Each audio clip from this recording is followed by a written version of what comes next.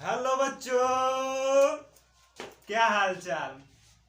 इस वीडियो में हम लोग देखेंगे दर्पण मिरर। मिरर क्या होता है, मिरर कितने प्रकार का होता है और प्लेन मिरर किसे कहते हैं, समतल दर्पण से प्रतिबिंब कैसे बनता है हम लोग देखेंगे इस वीडियो में। तो चलिए हम लोग दर्पण देखते हैं। दर्पण किसे कहते हैं। दर्पण क्या होता है, किसी चिकना तल या पारदर्शी माध्यम को हम लोग एक तरफ से क्या कर देते हैं, कलई कर देते हैं, तो दूसरा तक क्या हो जाता है, परावर्तक हो जाता है। उसको हम लोग क्या कहते हैं, हम लोग दर्पण कहते हैं। और इसको हम लोग किससे कलई करते हैं, तो हम लोग जानते हैं लाल ऑक्साइड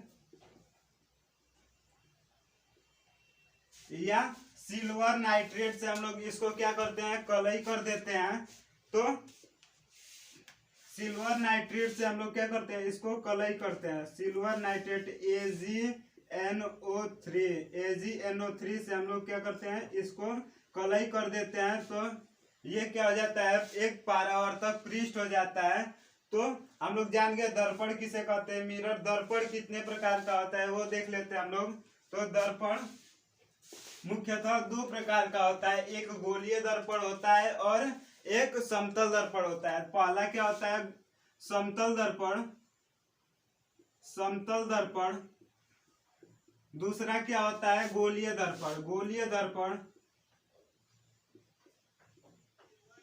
तो हम लोग देख लेते हैं गोलीय दर्पण क्या होता है और समतल दर्पण क्या होता है। तो समतल दर्पण हम लोग जानते हैं, ऐसा दर्पण जिसका परावर्तक पृष्ठ क्या होता है, समतल होता है।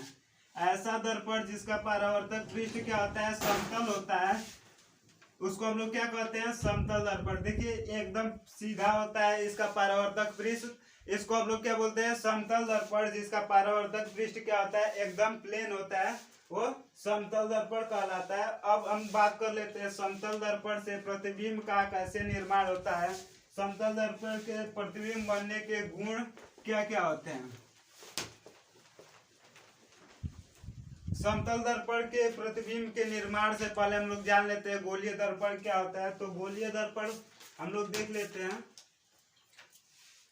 ऐसा तल जिसका परावर्तक पृष्ठ क्या होता है, वक्र होता है। गोलीय दर्पण कितने प्रकार का होता है, दो प्रकार का होता है, अवतल दर्पण और उत्तल दर्पण। जब हम लोग गोलीय दर्पण को पढ़ेंगे तब हम लोग उसमें इसको डिटेल में पढ़ेंगे कि गोलीय दर्पण से प्रतिबिंब का निर्माण कैसे होता है, प्रतिबिंब कैसे बनता है, उससे हम उसमें गोलीय दर्पण में देख लेंगे। तो गोलीय दर्पण हम लोग जान लेते हैं दो प्रकार का होता है।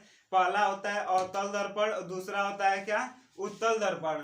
तो हम लोग इसको गोलीय दर्पण जिसका परावर्तक पृष्ठ क्या होता है, वक्र होता है, उसको हम लोग क्या कहते हैं, गोलीय दर्पण कहते हैं। गोलीय दर्पण किससे बना होता है, एक कांच के गोल खोखले गोले से बना होता है। खोखला गोला होता है कांच का गोल सा, उससे बना होता है। और उसके एक तल को हम लोग क्या कर देते हैं, लाल ऑक्साइड या सिल्वर नाइट्रेट से क्या कर देते हैं, हम लोग उसको पॉलिश कर देते हैं, जिससे उससे हम लोग प्रतिबिंब का निर्माण हो जाता है। जो पारदर्शी माध्यम होता है उससे प्रकाश की किरण आर पार निकल जाती है, उससे हम लोग को कोई किसी भी चीज का हम लोग किसी भी वस्तु का हम लोग उससे प्रतिबिंब नहीं बना सकते। इसलिए हम लोग इसको बनाने के लिए एक तरफ हम लोग कलई कर देते हैं और दूसरा तरफ क्या हो जाता है, परावर्तक हो जाता है, जिससे हम लोग दर्पण से हम लोग किसी वस्तु को देख पाते हैं। तो हम लोग जान गए गोलीय दर्पण क्या होता है। गोलीय दर्पण एक ऐसा दर्पण होता है जिसका परावर्तक पृष्ठ क्या होता है, गोलीय होता है या वक्र होता है। अब हम लोग देख लेते हैं प्लेन मिरर, समतल दर्पण से प्रतिबिंब का निर्माण कैसे होता है। समतल दर्पण से प्रतिबिंब निर्माण को हम लोग देख रहे हैं। तो समतल दर्पण से प्रतिबिंब बनता है तो क्या होता है, एक तरफ हम लोग का समतल दर्पण क्या होता है, लाल ऑक्साइड या सिल्वर नाइट्रेट से पॉलिश किया हुआ होता है।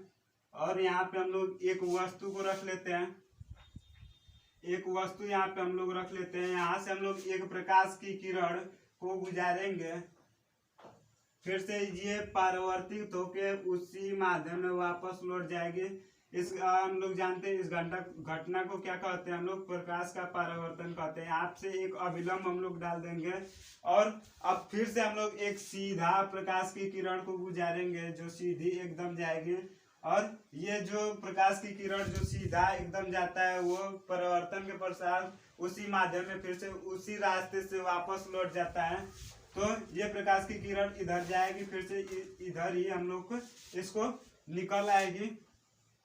अब हम लोग क्या करेंगे, यहाँ से एक बिंदु को हम लोग पीछे तक बढ़ाएंगे। तो यहाँ से हम लोग इस बिंदु को पीछे तक बढ़ाएंगे, जहाँ पे जाके मिलेगी वहां पे इस वस्तु का उतना ही दूर पे प्रतिबिंब बन जाएगा। इस वस्तु का यहाँ पे हम लोग का प्रतिबिंब बना, और कैसा बनेगा, आभासी व सीधा बनता है। समतल दर्पण से प्रतिबिंब जो बनता है हमेशा क्या होता है, आभासी व सीधा, आभासी व सीधा बनता है। पहला कंडीशन ये। दूसरा कंडीशन, हम लोग समतल दर्पण में क्या होता है, पार्श्व उत्क्रमण ही होता है। अगर हम लोग दायां हाथ उठाते हैं तो कैसे दिखाई देता है, बायां हाथ।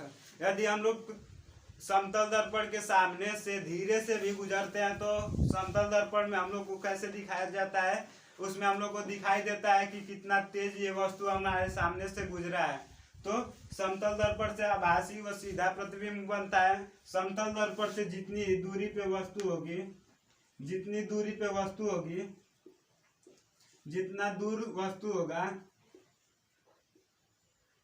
होगा उतनी दूरी पे क्या होगी, उसका प्रतिबिंब बनेगा, उसका प्रतिबिंब बनेगा।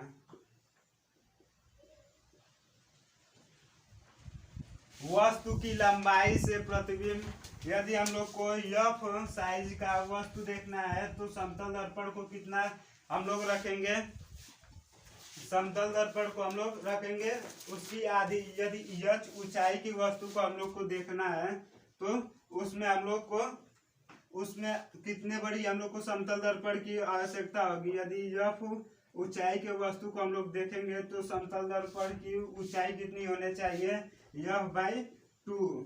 यदि हम लोग यफ वस्तु को देख रहे हैं तो यफ वस्तु की लंबाई की आधी हम लोग को उस दर्पण, समतल दर्पण का हम लोग का ऊंचाई चाहिए। तो अब और देख लेते हैं हम लोग को समतल दर्पण की फोकस दूरी क्या होती है, इनफिनाइट होती है। समतल दर्पण की फोकस दूरी अनंत होती है। और हम लोग इस वीडियो में देख लिए दर्पण क्या होता है, दर्पण कितने प्रकार का होता है, समतल दर्पण से प्रतिबिंब बनने के गुण देख लिए। यदि आप लोग को नोट्स चाहिए तो कमेंट करके बताइए, नोट्स की भी हम लोग व्यवस्था कर देंगे। तो और मिलते हैं नेक्स्ट वीडियो में, तब तक के लिए जय हिंद, वंदे मातरम। वीडियो को लाइक कर दीजिएगा।